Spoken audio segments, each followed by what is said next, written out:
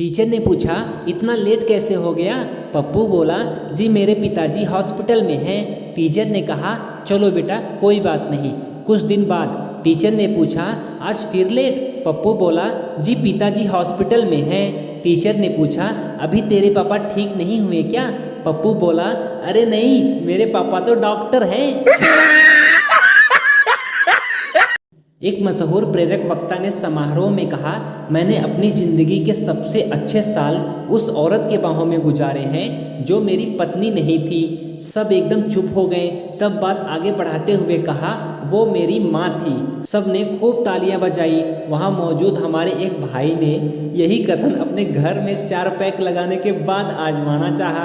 Kitchen में काम कर रही पत्नी के पास जाकर बोले, मैं अपनी ज़िंदगी के सबसे अच्छे वर्ष उस औरत के बाहों में गुजारे जो मेरी पत्नी नहीं थी। लेकिन उसके बाद की लाइनें बेचारा नशे की वजह से भूल गया और बुदबुदाया, मुझे याद नहीं आ रही है वो औरत कौन थी। बाद में उसे जब होश आया तो वो अस्पताल में था। बेलन से हाथ पैर थोपड़ा, पसली टूट चुकी थी। बेचारे के बाल नोचे हुए थे। उबले हुए पानी की फेंके जाने से बुरी तरह से झुलस गया था बेचारा। दोस्तों, आगे का चुटकुला सुनाने से पहले मैं आपसे रिक्वेस्ट करता हूं कि प्लीज़ इस वीडियो को लाइक करके अपने सभी दोस्तों के पास शेयर भी कर दीजिएगा और चैनल पर नए आए हैं तो चैनल को सब्सक्राइब करके घंटी को भी दबा लीजिएगा ताकि आने वाले वीडियो का नोटिफिकेशन आपको मिलता रहे।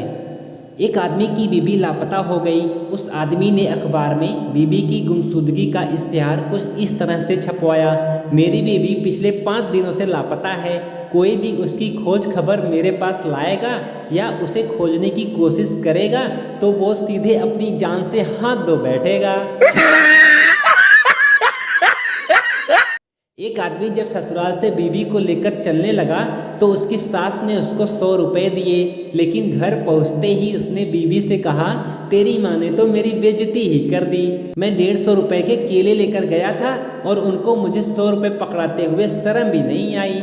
इतना सुनकर पत्नी माथा पकड़कर बैठ गई और बोली, तुम मुझे वहाँ लेने गए थे या केले बेचने गए थे?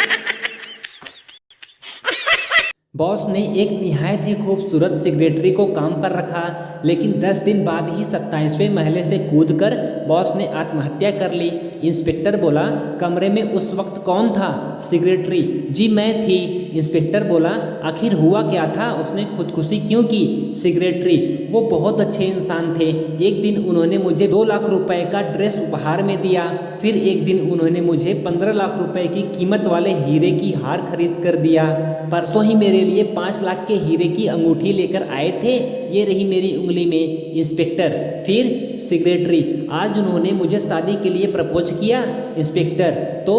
सेक्रेटरी, तभी मेरे पापा का फ़ोन आया।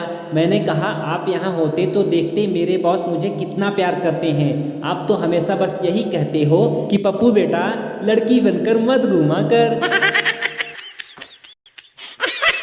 पत्नी ने अपने पति से कहा, तुम कोई भी काम ढंग का नहीं करते हो। पति ने पूछा, अब क्या हुआ? ऐसा क्या कर दिया मैंने? पत्नी बोली, तुमने जो कल सिलेंडर लगाया था। पति ने कहा, हाँ लगाया था। तो? पत्नी बोली, पता नहीं कैसे लगाया, कल से 2 बार दूध उबाला, दोनों बार ही दूध फट गया। बीबी मंदिर गई और मन्नत का धागा बांधने के लिए हाथ उठाई। फिर कुछ सोचकर मन्नत का धागा बिना बांधे ही हाथ नीचे कर ली।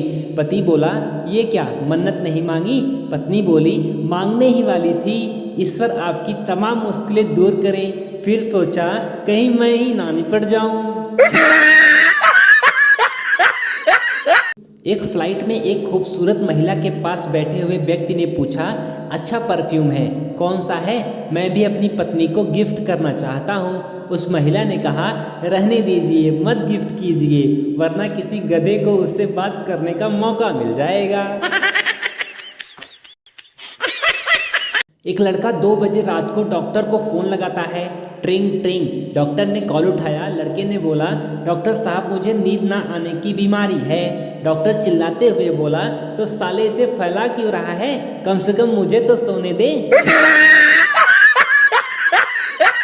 दोस्तों कल रात को मैं सो रहा था, सोते सोते एक सपना आया कि कल सुबह 5 बजे ही उठना चाहिए, लेकिन फिर विचार आया कि नींद में इतना बड़ा निर्णय लेना ठीक नहीं होगा।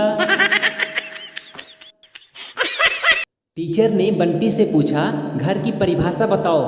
बंटी बोला, जो घर हौसलों से बनाए जाते हैं उसे हाउस कहते हैं, जिन घरों में होम हवन होते हैं उसे होम कहते हैं, जिन घरों में हवा ज़्यादा चलती है उसे हवेली कहते हैं, जिन घरों में दीवारों के भी कान होते हैं उसे मकान कहते हैं, जिन घरों के लोन की किस्त भरते भरते आदमी लेट जाता है उसे फ्लैट कहते हैं, और जिन घरों में ये भी नहीं पता हो कि बगल के घर में कौन रहता है उसे बंगला कहते हैं। टीचर इतना खुश हुए कि बंटी को स्टूडेंट ऑफ द ईयर चुना गया।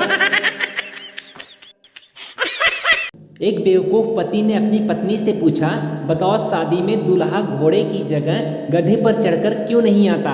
पत्नी ने जवाब दिया, ताकि दुल्हन एक साथ 2 गधों को देखकर बेहोश ना हो जाए।